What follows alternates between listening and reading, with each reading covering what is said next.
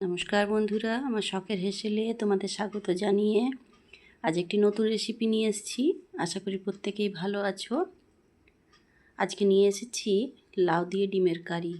শুনে হয়তো অনেকে অবাক হবে, কিন্তু যেভাবে বানাচ্ছি সেভাবে যদি বানিয়ে খাও অবশ্যই নাম করতে বাধ্য হবে।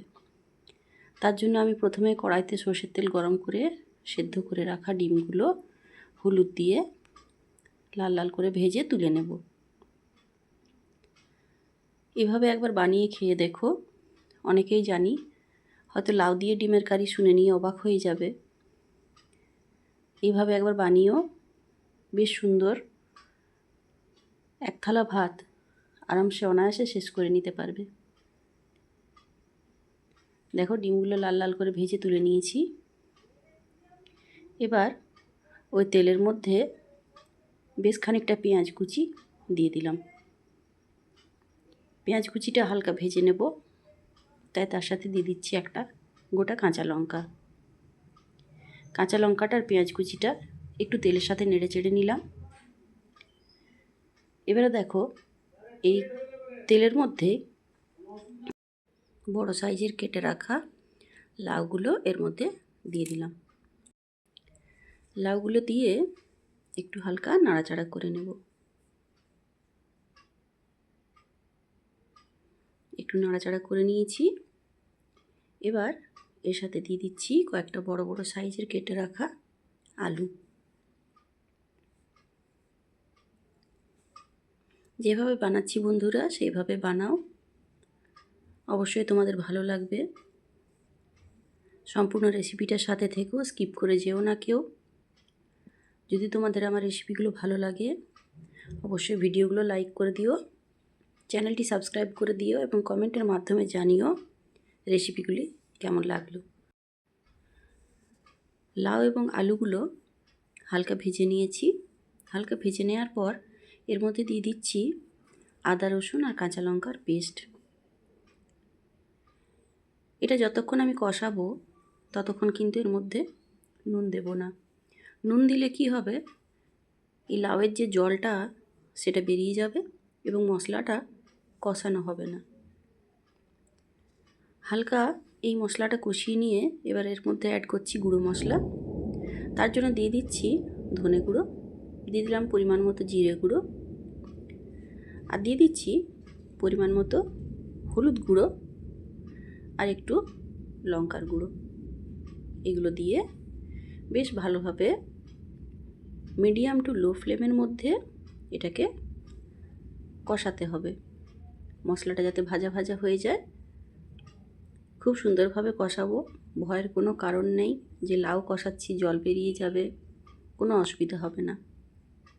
এর মধ্যে দিয়ে দিলাম একটা গোটা টমেটো, নিয়ে যেরকমভাবে আমরা মাংস কষাই ঠিক সেরকমভাবে সুন্দরভাবে এটাকে কষিয়ে নিতে হবে।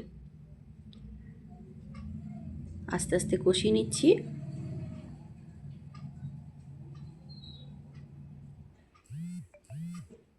দেখো, সুন্দরভাবে কষানো হয়ে গেল।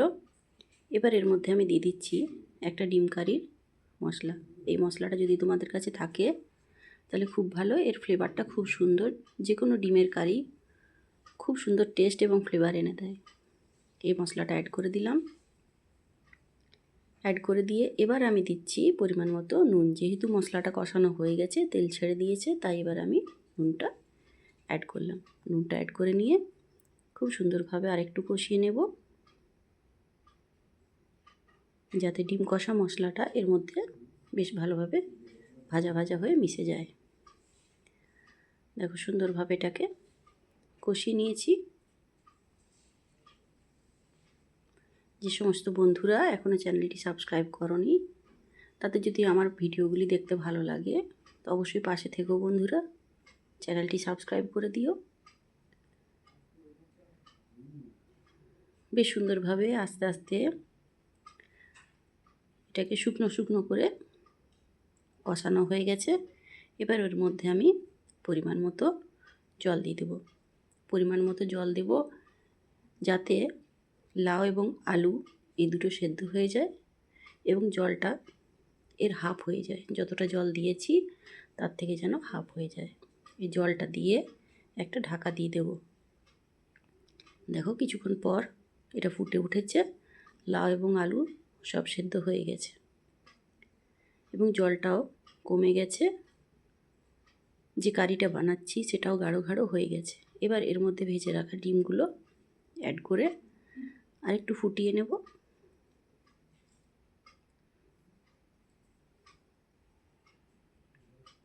সুন্দরভাবে ডিমের সাথে কারিটাকে অ্যাড করে নিয়েছি। বেশ ভালোভাবে মিশিয়ে নিয়ে এটার মধ্যে উপর থেকে ছড়িয়ে দিচ্ছি ধনেপাতা। তোমরা চাইলে একটু গরম মশলা দিতে পারো। আর গরম গরম ভাতের সাথে চলো তাহলে পরিবেশন করে দিই। বন্ধুরা জানিও রেসিপিটা তোমাদের কেমন লাগলো। অনেকের কাছে এই রেসিপিটা হয়তো নতুন, কারা প্রথমে রেসিপি দেখছো আমাকে জানিও। আর অতি অবশ্যই জানিও কেমন লাগলো, তোমাদের কমেন্টের অপেক্ষায় রইলাম। ভালো থেকো বন্ধুরা, সুস্থ থেকো, পাশে থেকো। দেখা হচ্ছে পরবর্তী ভিডিওতে। এতক্ষণ আমার ভিডিওর সাথে জুড়ে থাকার জন্য তোমাদের অসংখ্য ধন্যবাদ।